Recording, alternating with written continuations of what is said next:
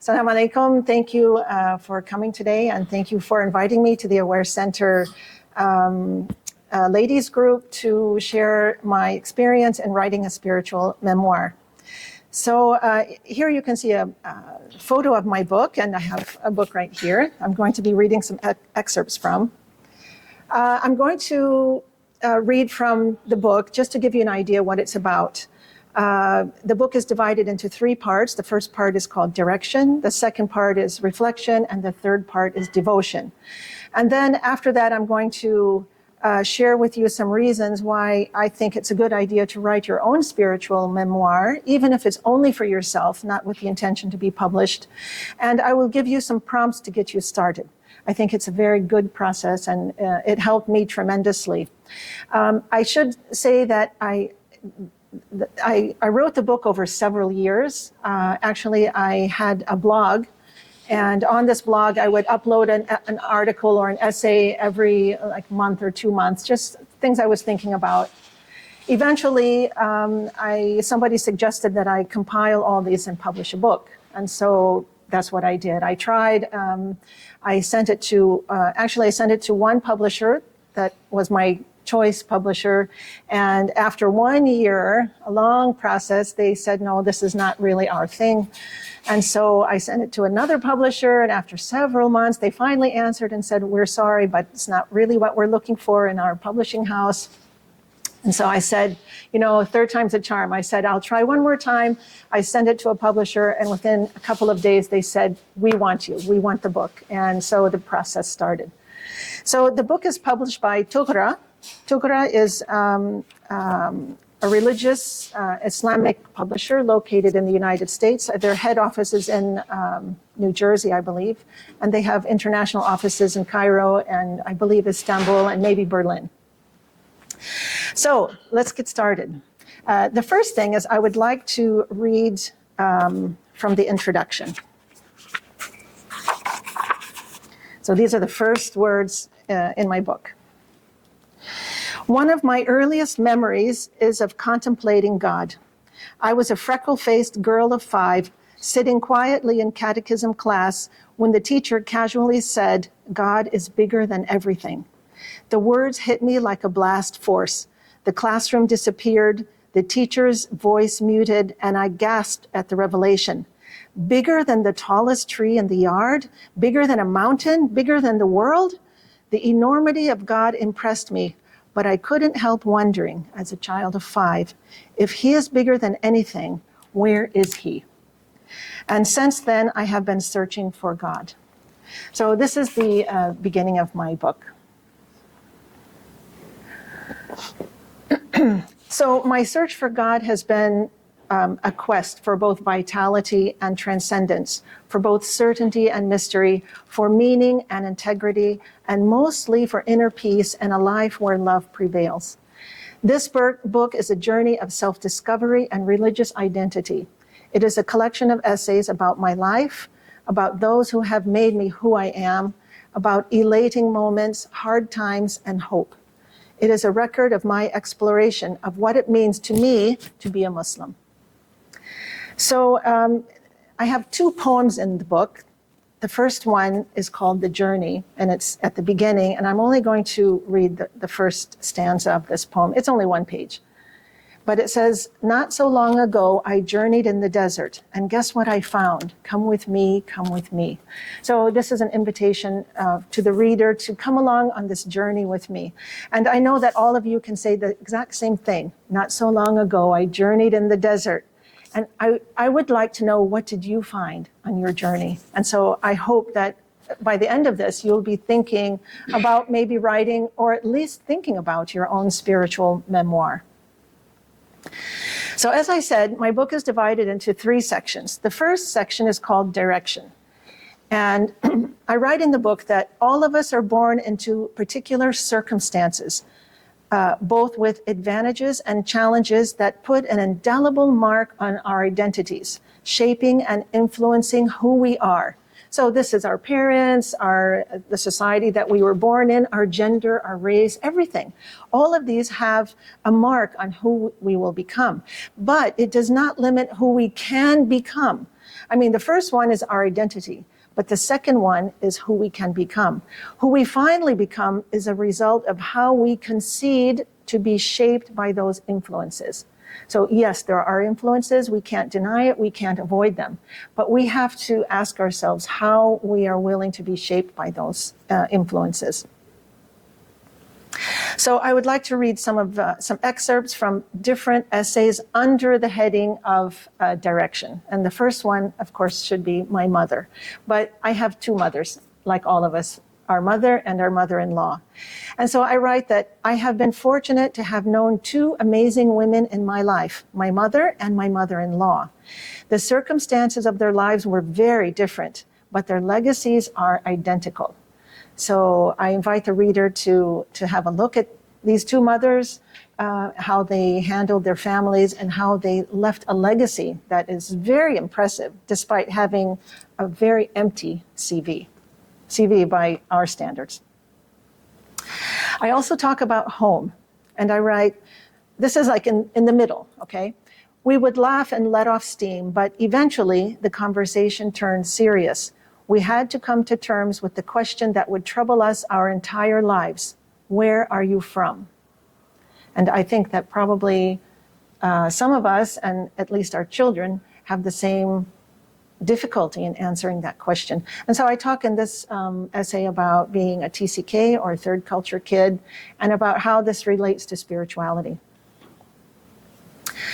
Another essay is entitled My Horse, My Teacher. I did have a horse for a short time.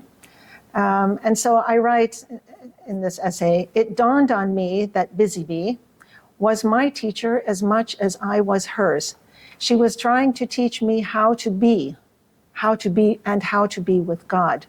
So as I was training my horse, I realized that my horse was also training me. And horses are mute, but they have so much to share. They have so much spirituality to share. So if you ever have a chance to be with a horse, do it. And then, of course, I talked about my fathers. And I have had many fathers. First was my biological father, who disappeared when I was 10 years old. And then later I talk about my stepfather, who married 6 teenagers and their mother. And I must admit that we almost broke him. And then I go on to talk about my father-in-law, my husband, who has been a father to me in some ways. And then, of course, the best father of all, the father of all of us, alhamdulillah, Prophet Muhammad, alayhi salatu wasalam, peace and blessings be upon him. In many ways, he was a father to me when I couldn't find another father. So I talk about my fathers. And there are many other essays in this section entitled Direction. My mentors, I talk about Khadija, and I talk about Mary, alayhim salam. And there are other essays that talk about, my identity as a Muslim and how the forces of my childhood have brought me to that point. So then the second section is called Reflection. Becoming aware of our agency and shaping our destiny is often a gradual process and requires much reflection on our life experiences. And so, what I mean to say by this is that, at least for me, I kind of went through life just being led by life, having children, working, being busy, hardly having time to think, being so busy in my life. But there comes a time when you realize that you need to sort of put things in order, you need to reflect on your life, and you need to make a direction for yourself. And so we realized that our life is in our own hands, and we have to make the intention, we have to make the effort to reach a destination that we want. We shouldn't be led by life, but we should try to lead our own lives. And so this is one of the subjects of the section entitled Reflection. And so I talk about more conceptual things, and I ask the question, what is the good life? And how can I achieve freedom, happiness, and love? Of course, before knowing how to achieve it, I have to define it. So I'll read to you some excerpts from that section. On the essay entitled Optimism, I write, when I have questions or doubts, I recall the stories in the Quran. stories of separation, heartache, and sacrifice, and I trace their events until the end. And of course, this can help all of us because all of us have stories of separation, heartache, and sacrifice.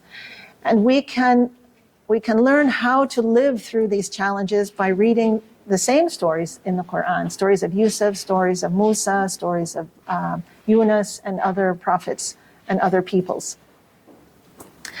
Another essay is entitled Midway, and it's actually right in the middle of the book. And so there you stand. Behind you, a fading memory. Below you, an abyss. Before you, a painful trek through fear, doubt, and exertion to a place whose promise is elusive. And you have no choice but to go forward, one step at a time, to the unknown. I've been there. Perhaps you have too. It's a scary, lonely place to be. And I do use one of the prophets whose story is outlined in great detail in the Quran to help me through my own crisis. This was a crisis in my life.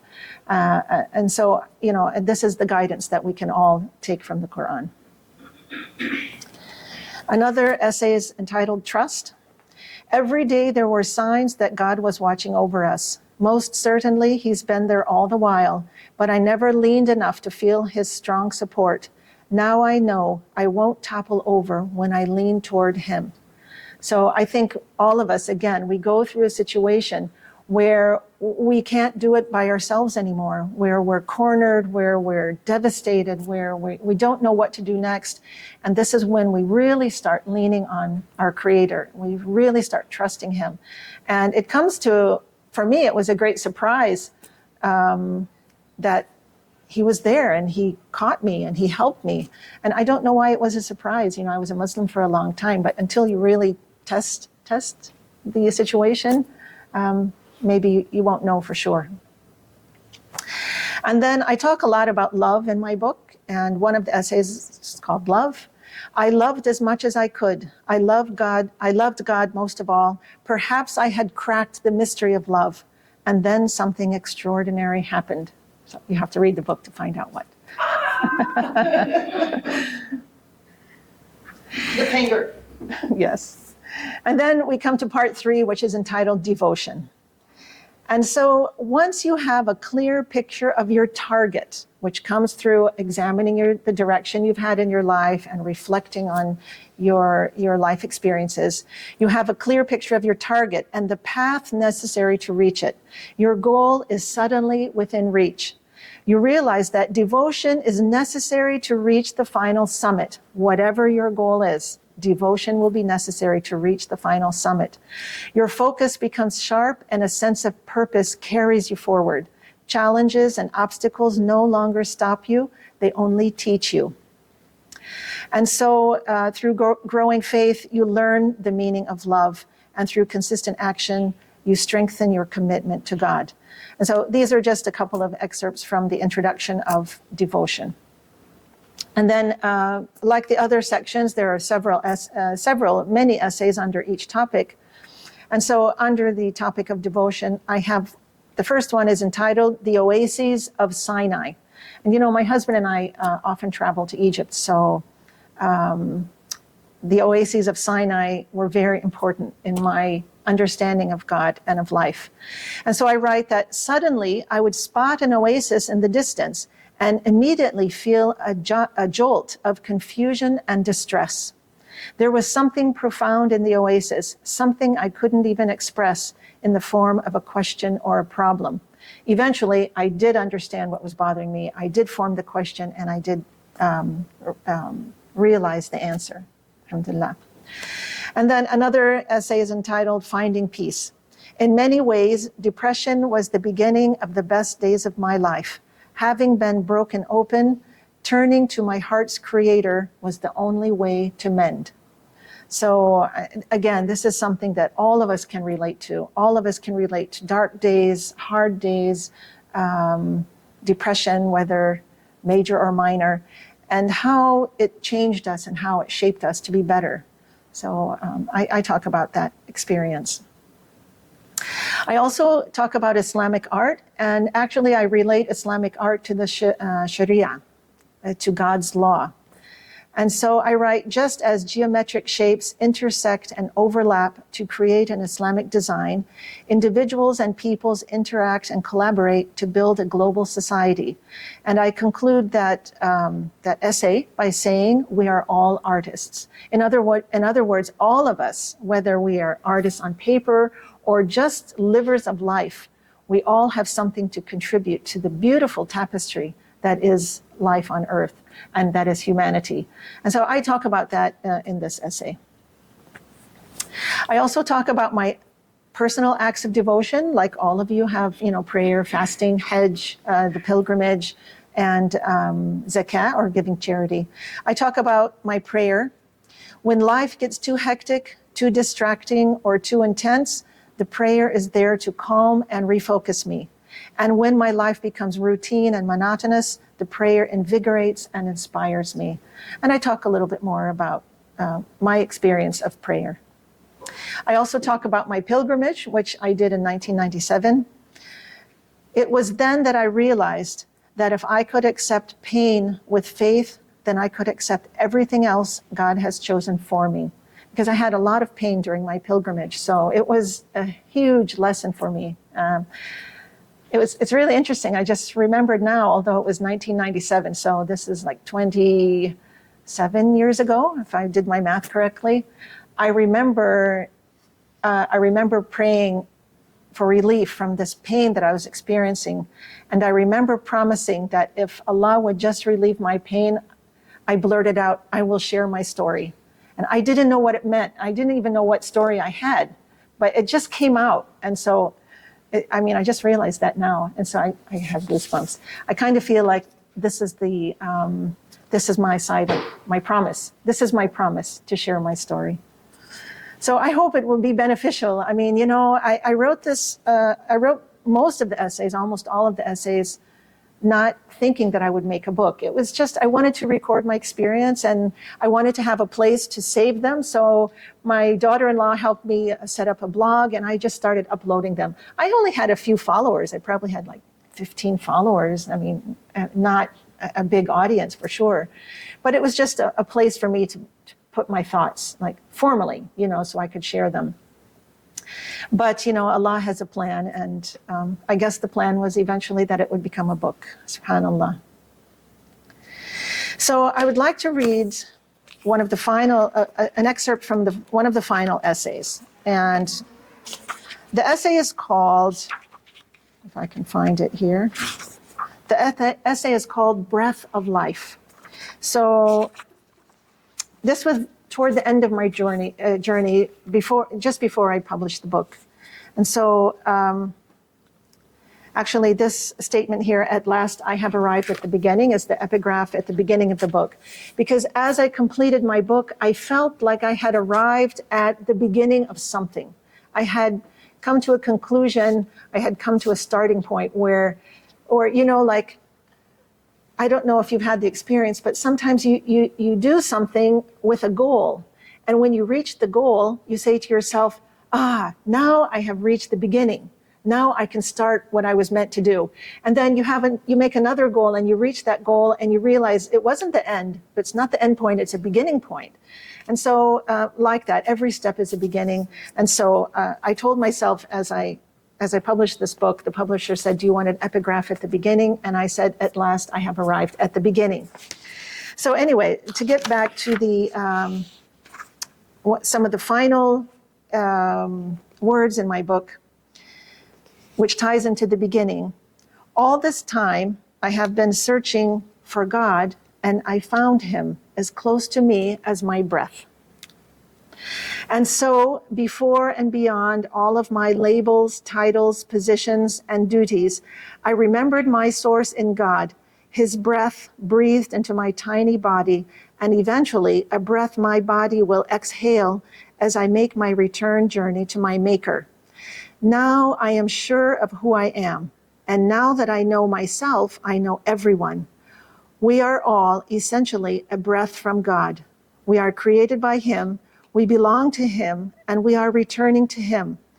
In the meantime, I will do my best to honor the privilege of my existence and the implication of my origin. I will respect myself and strive to be whole and wholesome, loving and loved, tender and joyful. I will honor all living things, since they too house that divine breath. I will stay conscious of my source and my destination, and in between, during this sojourn on earth, I will do my best to stay true to my essence, to always be, first and foremost, a breath of God. When I leave my bodily dwelling and return to God, I hope that I am recognized as belonging to Him, deemed worthy of His presence, welcomed home at last.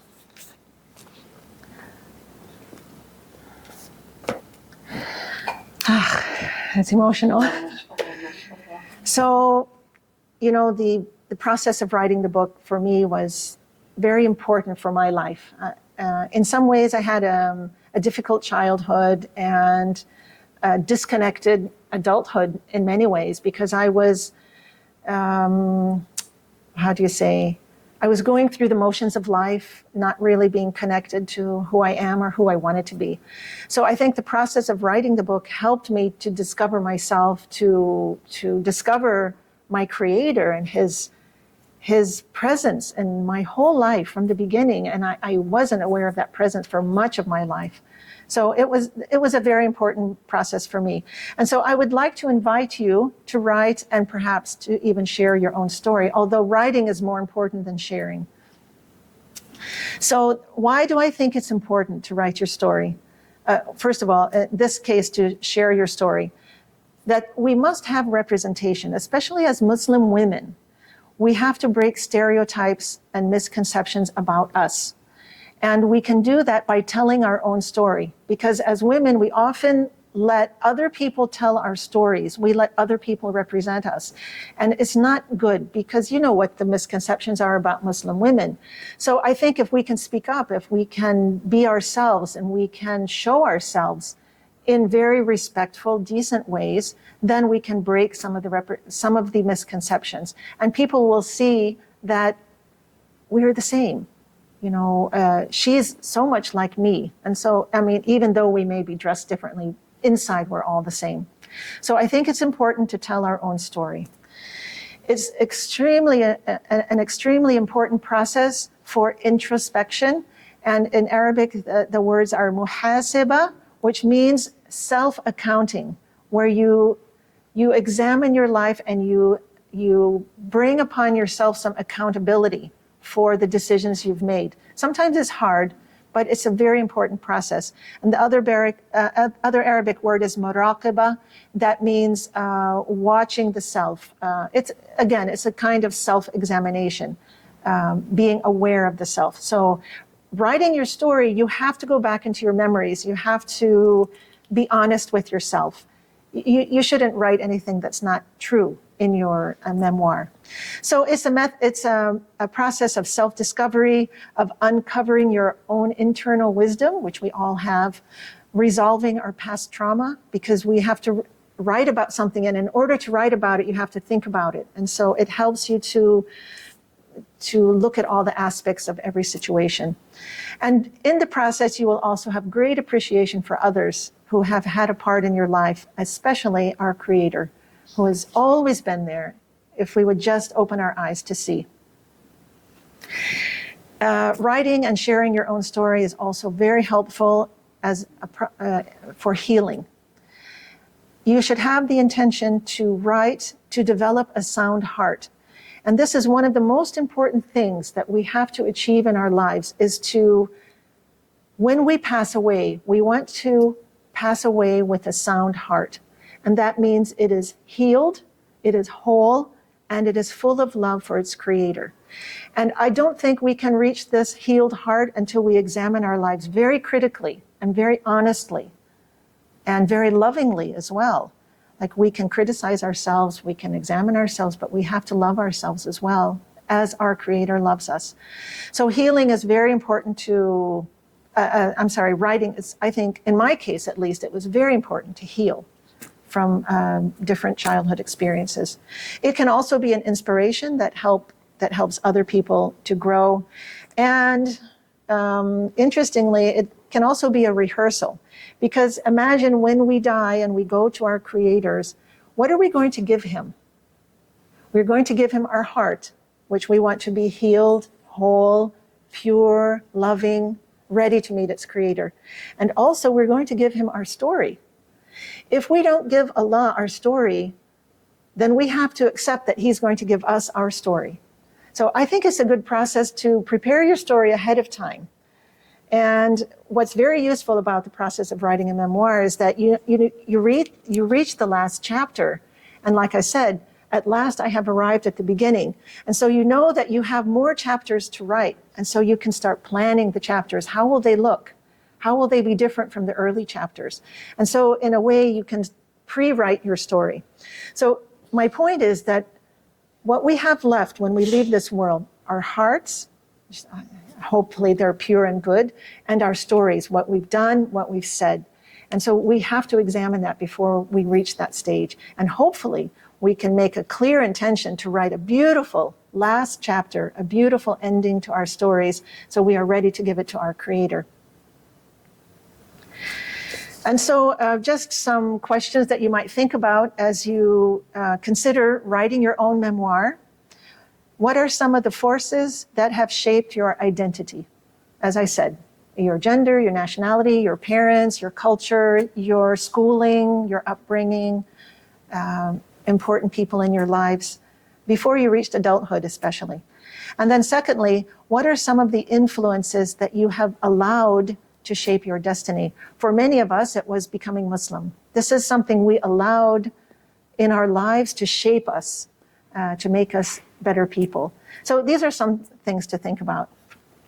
Other questions that fall under the category of reflection. What truths have you realized through reflection or actual experience that have clarified your sense of purpose and direction in your life? Okay, for me, I thought about a lot of subjects, about kindness, happiness, faith, about optimism, freedom, the good life. I've thought about trust and patience and love. So I relate all of these abstract concepts to my own personal experiences. And this helped me to come to a lot of good conclusions about life and about myself too. And then finally, under the subject of devotion, how do your paradigms and practices connect you to God and lead you closer to Him? And of course, this is the goal of our life. So we should be thinking about our paradigms. And by paradigms, I might mean like your work ethic, your family values, your religious, what's the word I'm looking for? Your religious ideals, okay? How do these paradigms connect you to God? And how do your practices lead you closer to Him? All of us have certain practices that we think are our strengths, whether it's prayer or fasting or giving or socializing or, interaction with our children and grandchildren, whatever it is. How do your practices lead you closer to Allah? Okay, so now those are some questions that you can think about as you consider writing your own memoir. And then finally, I end the book with another poem. As I said, I opened with a poem and I ended with the second poem, which is called The Sea. And I'm only going to share the first stanza. Oh, this is the last stanza. My soul keeps spilling this water in me, salty tears overflowing, offered back to the sea. Immersed in God's presence, I have all that I need, my love for God and His for me. So this is the conclusion I came to after this process, and it really was a beautiful ending for me. Inshallah, it is only the beginning of something even greater. May Allah bless all of you and forgive me for any mistakes I made in the book and in this presentation, and join us together in love and mutual compassion. Ameen. And so thank you very much for coming, and we'll close now and hope to see you again back at the Aware Center.